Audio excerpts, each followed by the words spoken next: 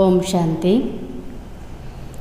आज 9 तारीख बाबा कहते मीठे बच्चे, बाप आया है तुम बच्चों को भक्ति तो आत्मा से, ज्ञानी तो आत्मा बनाने, पति से पावन बनाने। बाबा आसुंदी पिला मानकु भक्त आत्मारू ज्ञानी आत्मा बनाया, पतितरु पावन बनाया। तेणु लक्ष्य रखिबा केमती पतितरु पावन हवा। प्रश्न है, ज्ञानवान बच्चे किसी चिंतन में सदा रहते हैं। बाबा कहते ज्ञानवान पिला माने बा जो माने ज्ञान को धारण करछन्ते से माने सबु बेले को चिंतन रे रहउछन्ते, केबे केमते नहीं किंतु सब बेले। उत्तर, मैं अविनाशी आत्मा हूँ, यह शरीर विनाशी है। मैंने 84 शरीर धारण किए हैं, अब यह अंतिम जन्म है। बाबा जमते शुणाउछन्ते तार स्वरूप बनेबा, से स्वरूप स्थित हवा। बाबा आज आत्मिक स्थिति बनाया अभ्यास करोचन्ते। को चिंतन सब बड़े रहिबा, मो एक अविनाशी आत्मा, शरीर विनाशी अटे। मु 84 जन्म रे 84टा शरीर धारण करछि, एबे मोर अंतिम जन्म अटे। मते एबे घर को फेरिबार अछि। आत्मा कभी छोटी बड़ी नहीं होती है, शरीर ही छोटा बड़ा होता है। यह आँखें शरीर में है, लेकिन इनसे देखने वाली मैं आत्मा हूँ। बाबा कहते आत्मा केबे छोट बड़ होनी, आत्मा सूक्ष्म बिंदु अटे। ना निजे देखि पारुछन्ते ना आमको किए देखि पारुछन्ते, किंतु शरीर छोट बड़ होची। आत्मार साइज केबे छोट बड़ होनी। जमती ए शरीर रे स्थूल आखि अच्छी, आमर 2टा आखि शरीर भितर आगे अच्छे ना, किंतु आखि द्वारा देखिबा वाला मो आत्मा ही अटे। बाबा आत्माओं को ही ज्ञान का तीसरा नेत्र देते हैं।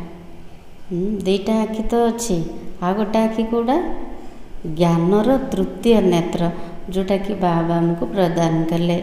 वह भी जब तक शरीर का आधार ना ले तब तक पढ़ा नहीं सकते।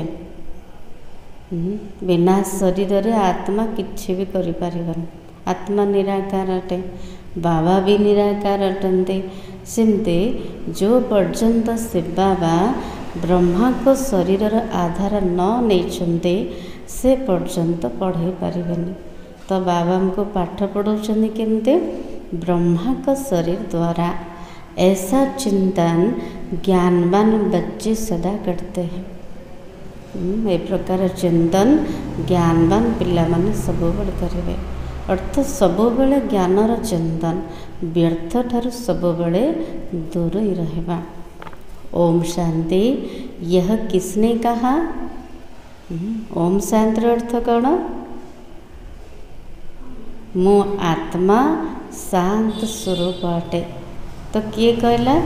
आत्मा शरीर द्वारा कहला। अविनाशी आत्मा ने कहा शरीर द्वारा। शरीर और आत्मा में कितना फर्क है? बाबा पचारुछन्ते आत्मा और शरीर भितर केतिकी अंतर अच्छे, केतिकी तफात अच्छे। अर्थात आत्मा अविनाशी, आत्मा सूक्ष्म ज्योतिर्बिंदु अटे। आत्मार केबे विनाश नाई, किंतु शरीर छोट बड़ होची और शरीरर विनाश अच्छे। शरीर 5 तत्वों का इतना बड़ा पुतला बन जाता है, भले छोटा भी है तो भी आत्मा से तो जरूर बड़ा है। शरीरटा केमते तैयारी होची? 5 तत्वर एते बड़ पुतला तैयारी होची। भले शरीर छोट हो, किंतु आत्मा ठारू तो बड़ ना, आत्मा तो बहुत छोट। पहले एकदम छोटा पिंड होता है, जब थोड़ा बड़ा होता है तब आत्मा प्रवेश करती है। बाबा क्लियर करके बुझाइछन्ते। गर्भर गोटे पिंडुला तैयारी होचे। 4-5 मास पर आत्मा जिते प्रवेश करुच्ची गर्भरे बा से पिंडुलारे, तेबे सी मूवमेंट करवा आरंभ कर हलचल होची। आत्मा तो चैतन्य है ना, धीरे धीरे ही शरीरटा बढ़ुची। जिते आत्मा प्रवेश करुचे, आत्मा तो चैतन्य अटे, शरीर तो जड़ अटे। जब तक आत्मा प्रवेश ना करे तब तक पुतला कोई काम का नहीं रहता। जते पर्यंत आत्मा प्रवेश करिनी से पर्यंत पुतला बा शरीर कौन सी कामर ना। हेले मूल्यवान किए? आत्मा। आत्मा शरीर भितर थिबा पर्यंत सब कार्य करुचे। आत्मा शरीर ओह्लई पड़े शरीर कौन सी काम ना। कितना फर्क है, बोलने चालने वाली भी आत्मा ही है। सबू कार्य करुछन किए करुचे? आत्मा शरीर द्वारा करुचे। ये कर्ता होची आत्मा, ये शरीर द्वारा से करुचे।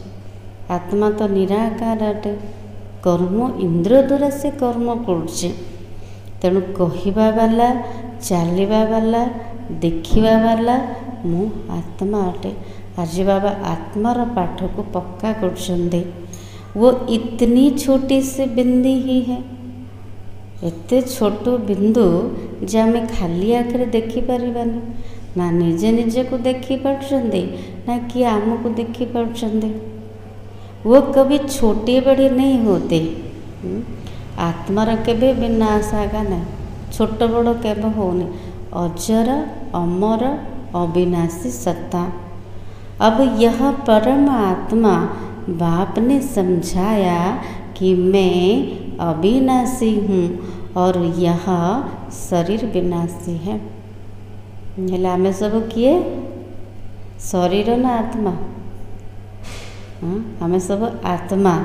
मु अविनाशी आत्मा अटे, ए शरीर विनाशी अटे। बाबा को ये चिंतन सबू बेले चली था। उनमें मैं प्रवेश कर पाठ बजाता हूँ, यह बातें तुम अभी चिंतन में लाते हो। आगुरु किछि जानी कि आत्मार शब्द तो शुणुले, मोर आत्मा कहते, किंतु मुझे से आत्मा ज्योतिर्बिंदु आर यथार्थ परिचय नथिला। एमितिकार चिंतन केबे चालू नथिला। जे मो आत्मा अटे, भ्रुकुटी मझिरे विराजमान करछि। मो आत्मा शरीर धारण करके पाठ बजाउछि, आर चिंतन नथिला। आगे तो न आत्मा को जानते थे न परमात्मा को जानते थे। सिर्फ कहने मात्र कहते थे, हे परमपिता परमात्मा कहते ना आगुरु।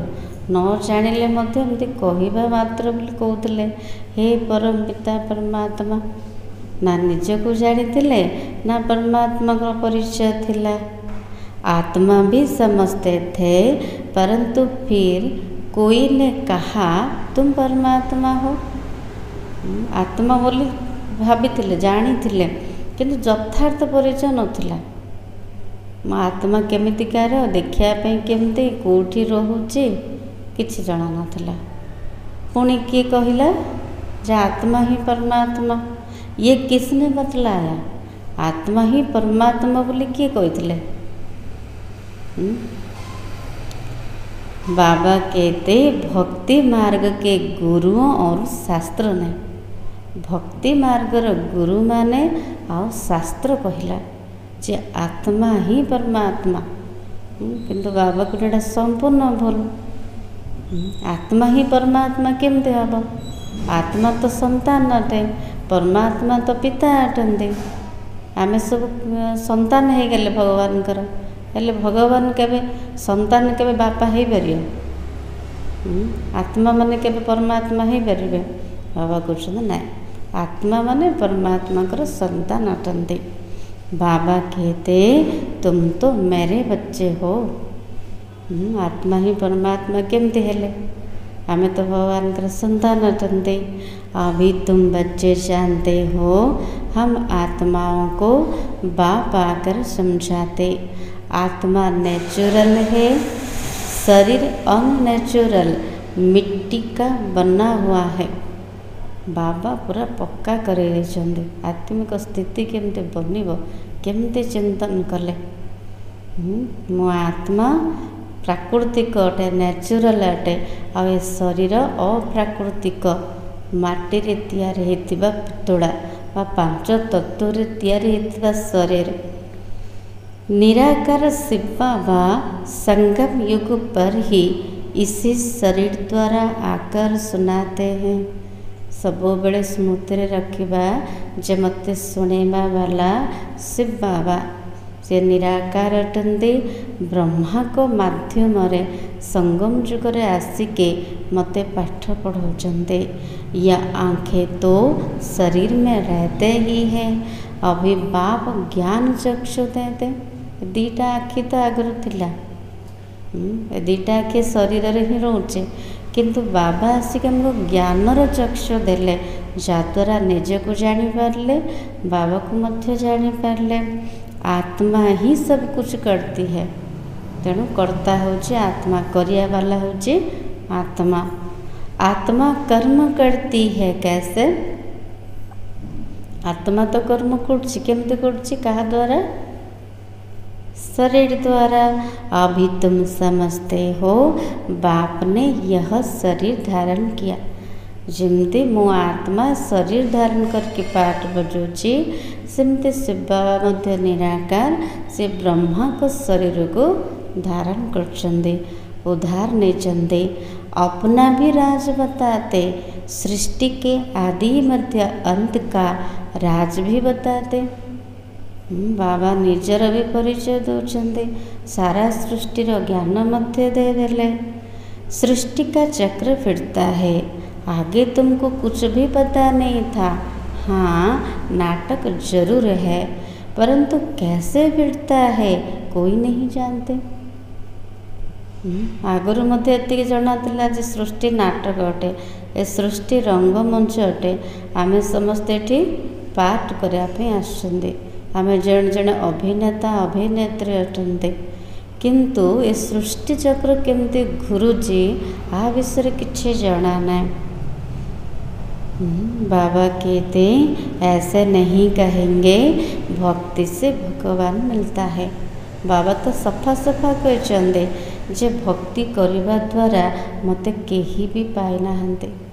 भक्ति केवल खोजिबार रास्ता, ज्ञान मार्ग में पाई गले एटा हूँ पाइबार रास्ता। भक्ति रे भगवान को खोजुचंती, ज्ञान मार्ग में भगवान को पाई गले। भक्ति करते करते धक्का खाते रहते हैं। भक्ति रे केवल धक्का खाइले, भक्ति करले बाप को ढूंढते थे। आमे मते भगवान को खोजुले, बहुत खोजे चंदे।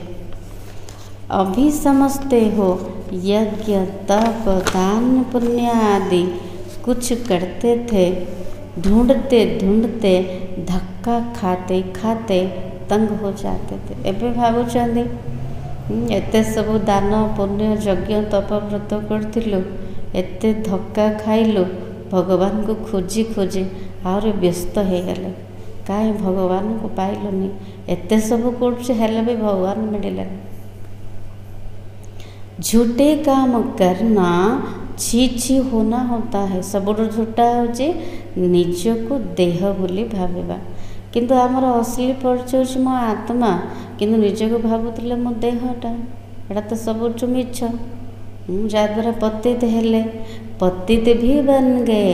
बाबा कहते ऐसे नहीं, पावन बनने बिगैर भगवान से नहीं मिल सकते।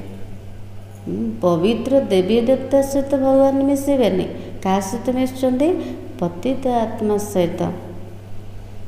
सतयुग में थोड़ी इन लक्ष्मी नारायण से भगवान मिलता है।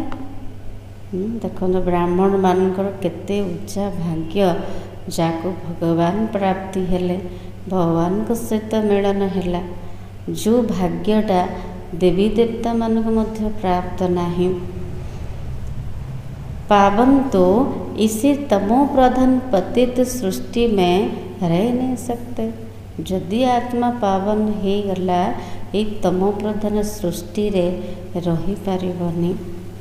जैसे आत्मा देखने में आती नहीं है, बल साक्षात्कार होता है तो भी समझ न सके।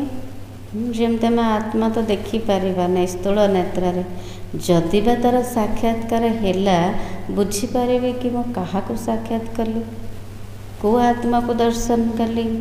और तो सबको समझ सकते हैं, यह फलाना है यह फलाना है, याद करते हैं और जाको साक्षात्कार कर ले। मन कर गणेश को हनुमान को तो बुझी पारे ना माँ कर दर्शन कर ली। चाहते हैं फलाने का चैतन्य में साक्षात्कार हो, और तो कोई मतलब नहीं, आ किसी भी आशा नथिबा, किसी मतलब नहीं। गोटे आकांक्षा गोटे आशा जे मु जहाँ को पूजा करछि, जहाँ आराधना करछि तार मोर दर्शन हो। अच्छा चैतन्य में देखते हो फिर क्या, मन कर चैतन्य देखीदे अल्प समय पर कौन है, किसी भी प्राप्ति नहीं। साक्षात्कार हुआ फिर तो गुम हो जाएगा। साक्षात्कार कर ले दर्शन कर देले तापर तो गुप्त हो गला।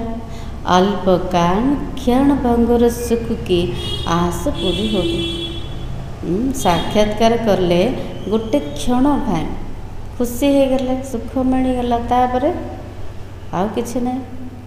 तेणु अल्प समय खुशी हेले उसको कहा जाएगा अल्पकाल क्षण भंगुर सुख। साक्षात्कार की चाहना थी वह मिला। बस यहाँ तो मूल बात है पति से पावन बनने की। बाबा कहते जार साक्षात्कार करिवार इच्छा थिला से तुमको मिलगला, किंतु बाबा कहते साक्षात्कार करिवार इच्छा रखनी। मूल कथा होची पतितरु केमती पावन हवा। शास्त्रों में तो कल्प की आयु लाखों वर्ष लिख दी है। समझते हैं कलयुग में अर्जुन 40,000 वर्ष पड़ा है। बाबा समझाते सारा कल्प ही 5,000 वर्ष का है। शास्त्र कौच लक्ष लक्ष वर्ष गोटे जुगर 40,000 वर्ष अच्छी कली जुग विनाश हाँपाई, किंतु बाबा कहते पूरा कल्पटा हूँ 5,000 वर्ष, मान 4 जुग को मिसेक देख। शास्त्र कौन कौची भगवान कौन कहते बाबा तो सत्य कहबे ना। शास्त्र किए लिखी मनीष लिखी, मनुष्य तो अल्पज्ञ, भगवान तो सर्वज्ञ अटंती। रावण जब से आता है भक्ति भी उनके साथ है, और जब बाप आते हैं तो उनके साथ ज्ञान है। रावण जब ठार आसला भक्ति आसला, बाबा जब आसले ज्ञान मिलगला। बाप को कोई जानते नहीं है, ज्ञान उनको मिलता है जो अज्ञान में है। बाप को गाली देने बगैर कोई बात ही नहीं करते। गोटे पटे तो भगवान को जानी ना चिन्ही ना, किंतु गाड़ी दबा बिना रोना। केमती गाड़ी कले भगवान को गाड़ी करना।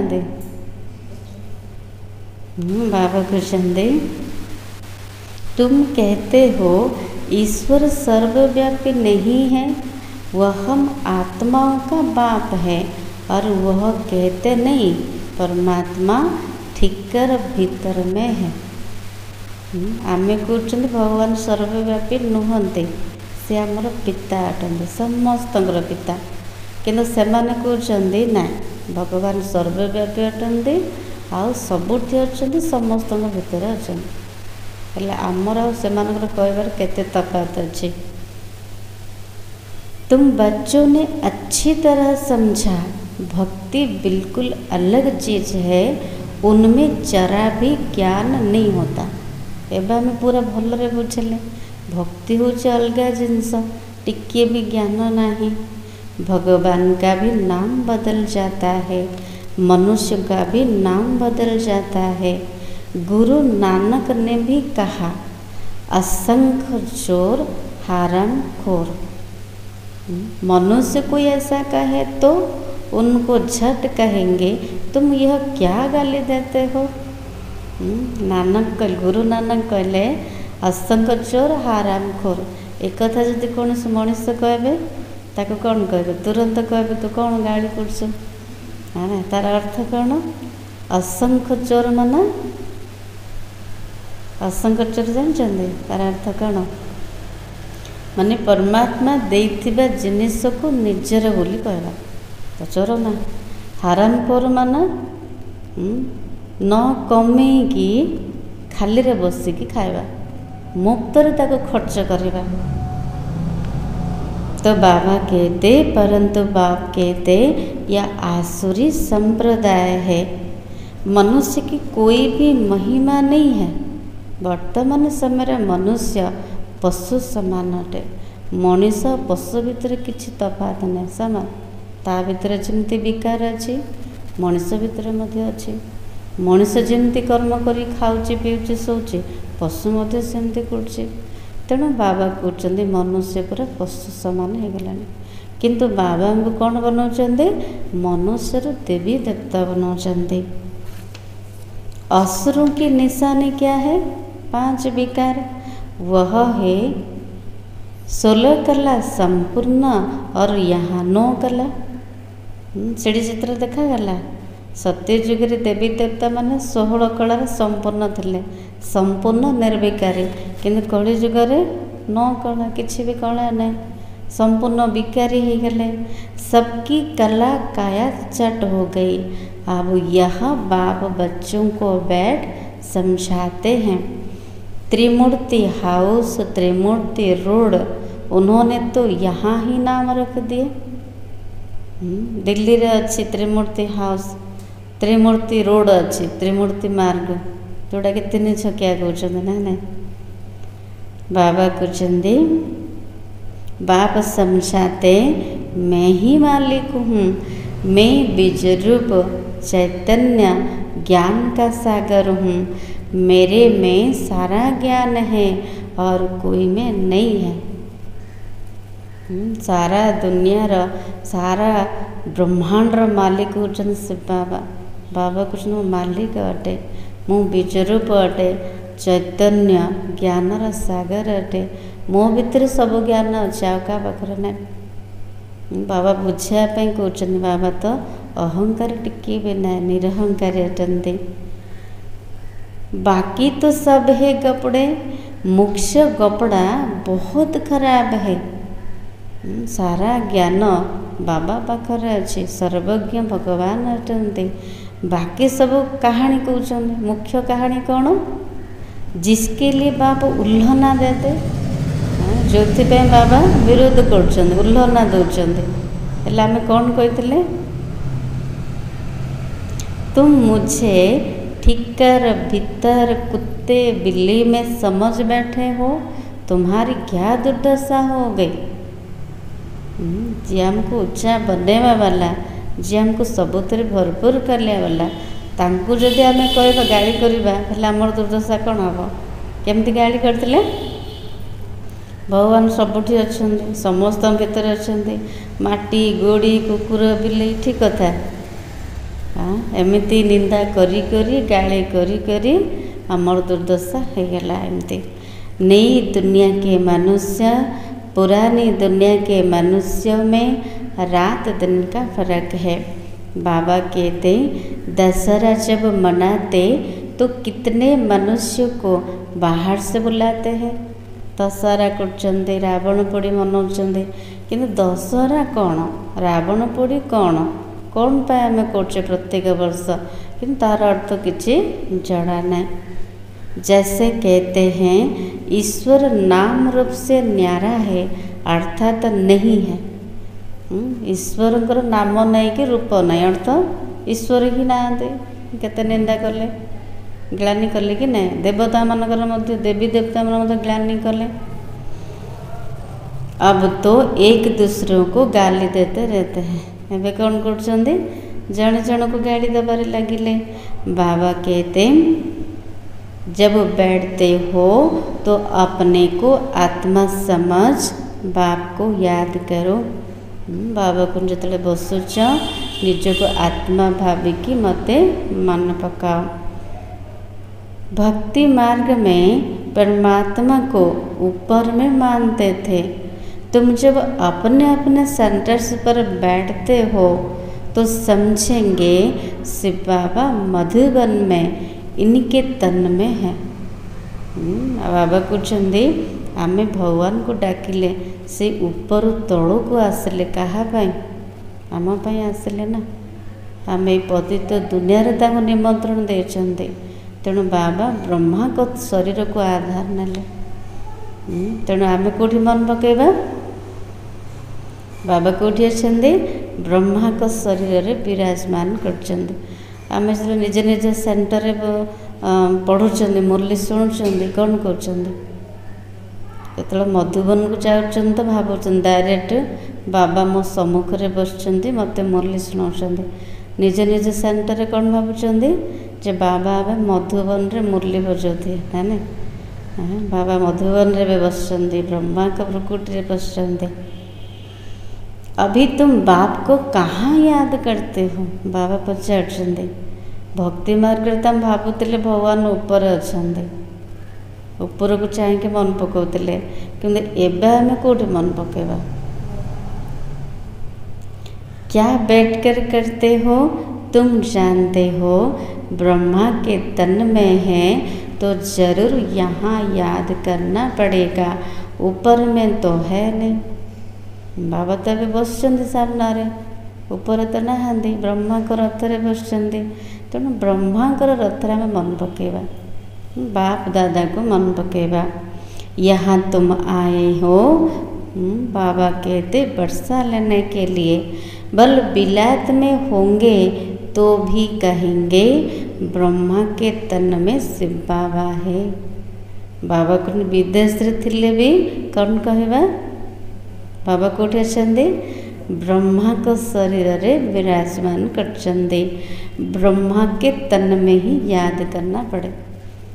ब्रह्मा का शरीर रे शिव बाबा को मन पकेबा।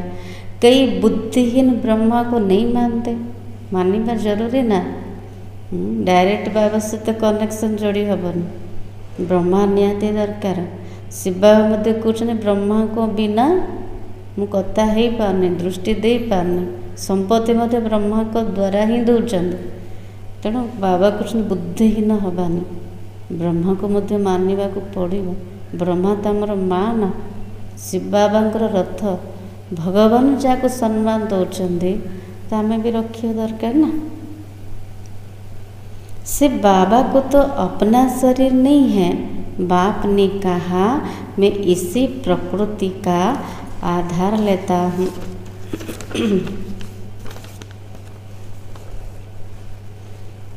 बाबा कहते हैं यह बातें अभी तुम्हारी बुद्धि में है। जब भक्ति है तो ज्ञान का अक्षर नहीं। भक्ति रे टिके भी ज्ञान नथला किंतु संगम जुगरे आम बुद्धि रे सारा ज्ञान आसीगला। अच्छा मीठे मीठे सिखिलाते बच्चों प्रति माता पिता बाप दादा का याद प्यार और गुड मॉर्निंग। रूहानी बाप की रूहानी बच्चों को नमस्ते। हम रूहानी बच्चों की रूहानी बाप दादा को याद प्यार और नमस्ते।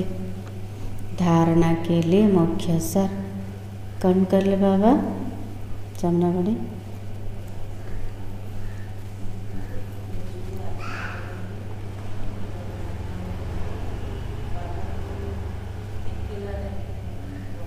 ब्रह्मा को रथ रे मन पकेबा।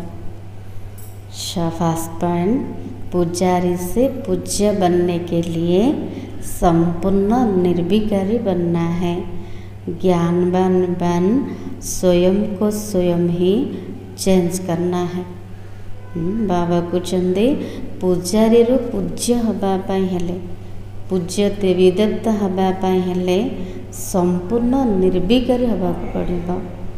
ज्ञानवान अर्थात ज्ञान को धारण करके निजे निजको चेंज करवा। अल्पकाल सुख के पीछे नहीं जाना। जमती मो बाबा को टिके देखी था आत्मा केमतिकार साक्षात्कार कले था। बाबा कहते अल्प समय क्षण भंगुर सुख पछरे पड़न, चाहना रखनी भगवान को केमती मो दर्शन करी, साक्षात्कार करिवार इच्छा रखबानी। ठीक है, बाबा कहते पुरुषार्थ कर। मुख्य कथा है संपूर्ण पवित्र केमती हवा। सेकेंड पॉइंट, बाप और दादा दोनों को ही याद करना है। ब्रह्मा बगैर शिव बाबा याद आ नहीं सकता। बाबा और दादा अर्थात ब्रह्मा बाबा शिव बाबा उभय को मन पकेबा। ब्रह्मा को बिना शिव बाबा मन में पड़ेबनी। भक्ति में ऊपर याद किया, अभी ब्रह्मा तन में आया है तो दोनों ही याद आना चाहिए। भक्ति रे हमें ऊपर को चाहिए मन पकाउले, भगवान ऊपर अच्छे बोली ऊपर वाला कहीकि मन पकाउले, किंतु एबे बाबा तो सामने अच्छा सबु बेले साथ रे रोते जो साकार थे बाबा ना ब्रह्मा को रथ रे बाबा रहीकि सबु कार्य कर।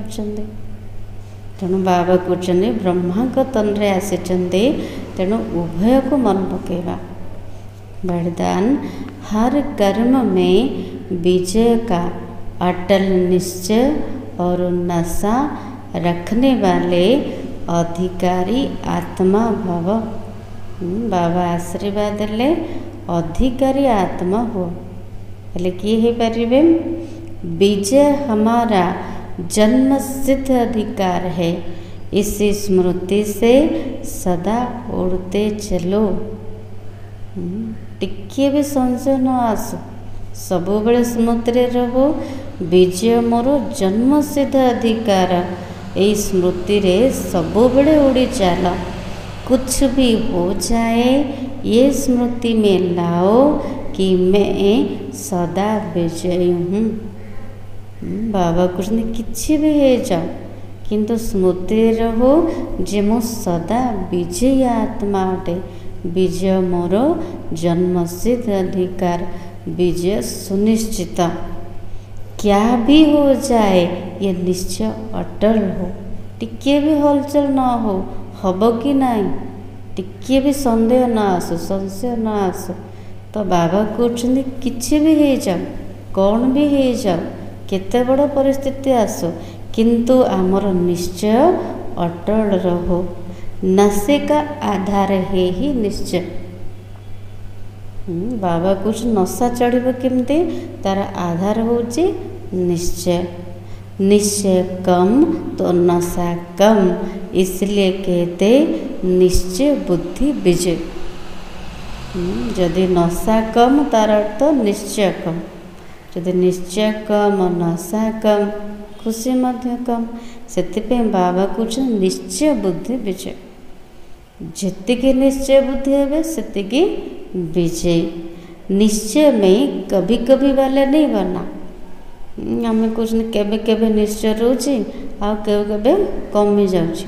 बाबा को सेमती नुह, केबे केबे नुह, सदा निश्चय सदा विजय। अविनाशी बाप है तो अविनाशी प्राप्ति के अधिकारी बनो। हर कर्म में विजय का निश्चय और नशा हो। प्रत्येक कर्म रे विजयर निश्चय रहो और नशा रहो। स्लोगन, बाप के स्नेह की छत्र छाया के नीचे रहो तो कोई भी विघ्न ठहर नहीं सकता। कौनसी विघ्न कौनसी परिस्थिति तिष्टि पारिबनी कोठी, जदि बाबार स्नेह रूपी छत्र छाया तले रहुचंते विघ्न पाखु ही आसी पारिबनी, दूररू से दौड़ी पड़ेब। तेणु बाबा कहते सब बेले बाबार स्नेह रूपी छत्र छाया तले रुह, तेबे सेफ रहे, सुरक्षित रहे। आज सम्मान होची मैं अधिकारी आत्मा हूँ। प्रत्येक कर्म रे कौन रखिबा विजयर अटल निश्चय नशा रखा वाला। केमते निश्चय रख कौन निश्चय निज उपरे बाबा उपरे ड्रामा उपरे परिवार उपरे सबुथिरे जेते निश्चय बुद्धि है सेतिकी विजय। तेणु जी निश्चय रही नशा रहा। आज साड़ थिला बाप आया है तुम बच्चों को भक्ति तो आत्मा से ज्ञानी तो आत्मा बनाने पति से पावन बनाने। बाबा कौन आसुँच भक्त आत्मा रु ज्ञानी आत्मा पतित रु पावन बनाया। अव्यक्त सारा आज पॉइंट अच्छी कोई भी कार्य करते डबल लाइट फरिश्ता व ट्रस्टी होकर रहो तो सफलता मिलती रहेगी। बाबा कृष्ण कौन से भी कार्य करुच कि से समय स्थिति केमती रहो डबल लाइट फरिश्ता व ट्रस्टी मु निमित्त मात्र अटे। बाबा करुचंदे साफ दिल मुराद हासिल। स्वच्छ हृदय जहाँ करवा तेरे सबू कार्य सफलता मिल। कराने वाला करा रहा है। अगर मैं कर रहा हूँ तो आत्मा की शक्ति प्रमाण सेवा का फल मिलता है। जदि स्मृति रह बाबा को रोचंदे बाबा तो सर्वशक्तिमान सेवारे तो कौन मिल सफलता मिल ही मिल। जदि भाव मु ही करोचे हेले आत्मार केतिकी शक्ति अच्छे यथाशक्ति अनुसार सेवार फल मिल। बाप करा रहा है तो बाप सर्वशक्तिमान है। एक श्रेष्ठ संकल्प व कर्म का 1000 गुना फल बाप द्वारा प्राप्त हो जाता है। गोटे श्रेष्ठ संकल्प कले बा गोटे श्रेष्ठ कर्म कले ता द्वारा 1000 गुना फल बाबा द्वारा मिल। तेणु कौन स्मृति रखा बाबा करुचंदे मु निमित्त मात्र तेबे सेवारे सफलता मिल। ओम शांति।